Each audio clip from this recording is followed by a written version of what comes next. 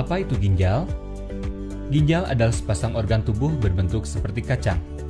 Berukuran kurang lebih sebesar kepalan tangan, terletak pada kedua sisi tulang belakang, setinggi pinggang. Ginjal normal dapat menyaring darah dengan kecepatan 120 mm per menit. Apabila ginjal rusak dan kemampuan menyaringnya hanya tinggal 15 ml per menit, maka disebut gagal ginjal stadium akhir. Fungsi ginjal. Ginjal memiliki fungsi sebagai berikut: menyaring darah, mengatur keseimbangan cairan, mengatur tekanan darah, membuang sampah tubuh, memproduksi sel darah merah. Gejala ginjal. Berikut ini beberapa gejala akibat gagal ginjal: bengkak, sesak nafas, anemia, kelemahan, mual, muntah, tidak nafsu makan, hipertensi, kejang, gatal dan gangguan kulit, pegal dan kesemutan.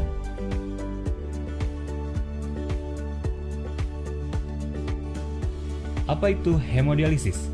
Hemodialisis adalah pengobatan bagi yang menurun fungsi ginjalnya. Hemodialisis mengambil alih fungsi ginjal untuk membersihkan darah dengan cara mengalirkan darah melalui ginjal buatan. Racun-racun dan air yang berlebih dibuang dari tubuh selama proses hemodialisis berlangsung.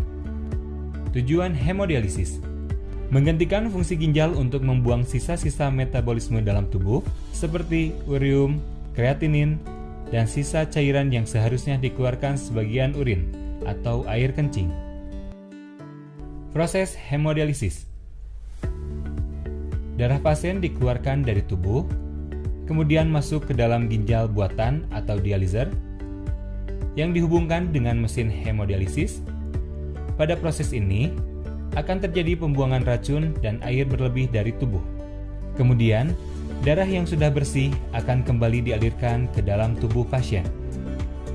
Proses hemodialisis akan berlangsung selama kurang lebih 4-5 jam, tergantung dari resep dokter. Berikut ini beberapa kasus yang memerlukan terapi hemodialisis: gagal ginjal atau kadar ureum atau kreatinin tinggi dalam darah, edema paru atau bendungan paru, asidosis, keracunan atau intoksikasi obat atau alkohol, hiperkalemi, kegagalan terapi konservatif.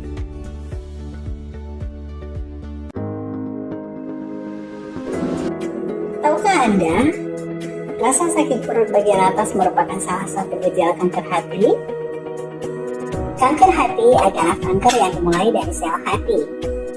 Menurut data dari Global Burden of Cancer, Badan Kesehatan Dunia WHO tahun 2018, terdapat 782.000 kasus kematian karena kanker hati di seluruh dunia. Di Indonesia sendiri, kanker hati merupakan penyebab kematian keempat akibat kanker, bersumber dari Global 2018. Kebanyakan orang tidak memiliki tanda dan gejala di awal kanker hati. Tetapi ketika tanda dan gejala muncul, maka terdapat rasa sakit, terutama di bagian kanan atas daerah perut. Berat badan turun tanpa ada alasan yang jelas, adanya benjolan keras di bawah tulang rusuk sebelah kanan tubuh yang bisa menjadi tumor atau pembesaran hati, rasa lelah atau lemah, serta mata dan kulit terlihat menguning yang disebut dengan jaundice. Faktor risiko kanker hati yaitu sirosis hati, obesitas, penyakit perumakan hati non-alkoholik, diabetes mellitus, hepatitis, usia, di mana kanker hati banyak ditemukan pada masyarakat berusia lebih tua dari 60 tahun di Amerika Serikat. Jenis kelamin, laki-laki cenderung terkena kanker hati daripada perempuan dengan proporsi 10,64%, dan faktor lingkungan. Untuk stadium kanker hati ada 4 tahap, yaitu tahap sangat awal, tahap menengah, dan stadium lanjut. Deteksi dini kanker dapat dilakukan dengan alpha fetoprotein atau AFP, USG, CT scan, MRI.